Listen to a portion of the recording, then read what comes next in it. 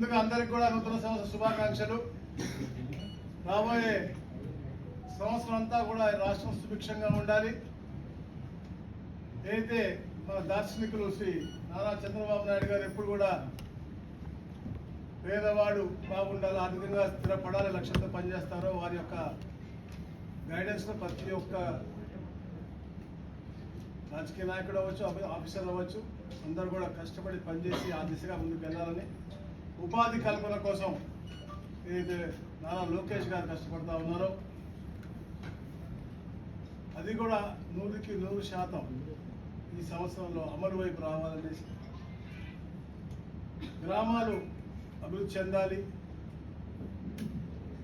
రాష్ట్రం బాగుండాలని ఆలోచనలు కోరుకునే పవన్ గారి ఆలోచనలు, అలాగే వికసిత్ భారత్ అని మోడీ గారు మంచి ఆలోచనతో ఈ దేశాన్ని తీసుకెళ్తా ఉన్నారు.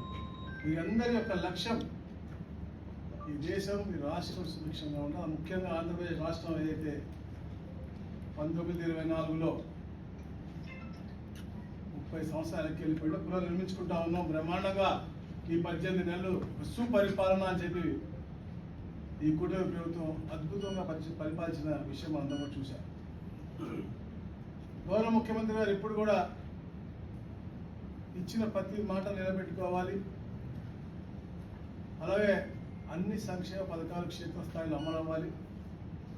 అభివృద్ధి సంక్షేమం రెండు కళ్ళగా భావిస్తారు కాబట్టి ఆ రెండు ఎప్పుడు కూడా, అందుకే ఆయన హెల్తీ వెల్తీ హ్యాపీ ఎన్వైరన్మెంట్ అని చెప్పి చెప్తా ఉంటారు. అందరూ కూడా అలాంటి ఎన్వైరన్మెంట్లో ఉండాలని లక్ష్యంతోనే పనిచేస్తాను. అందుకని ఈరోజు జనవరి 1న ఏదైతే మా అధికారులు ముఖ్యంగా మా special chief secretary Sai Prasad గారు, అలాగే మా CCLA జయలక్ష్మి గారు ఏదైతే గైడ్లైన్స్ ఇచ్చారు 20A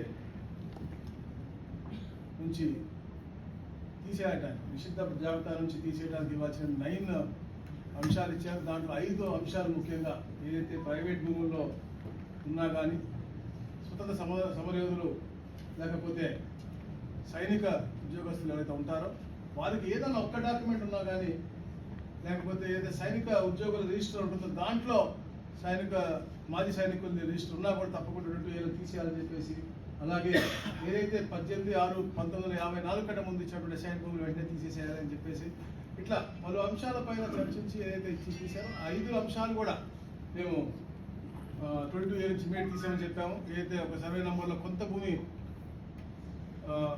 ఏదన్నా ఎండోమెంట్స్ ఉంటే పూర్తిగా ఇవ్వడం కానీ ఇట్లా ఎన్ని కూడా చేయమని చెప్పాం. చుక్కల భూములు, అలాగే ఏదైతే సర్వీస్ ఇనామ్ ల్యాండ్స్ ఉన్నాయో అవి GOMలో పెట్టి ఈ నెలలో అవి కూడా క్లియర్ చేయాలని చెప్పేసి మేము ఒక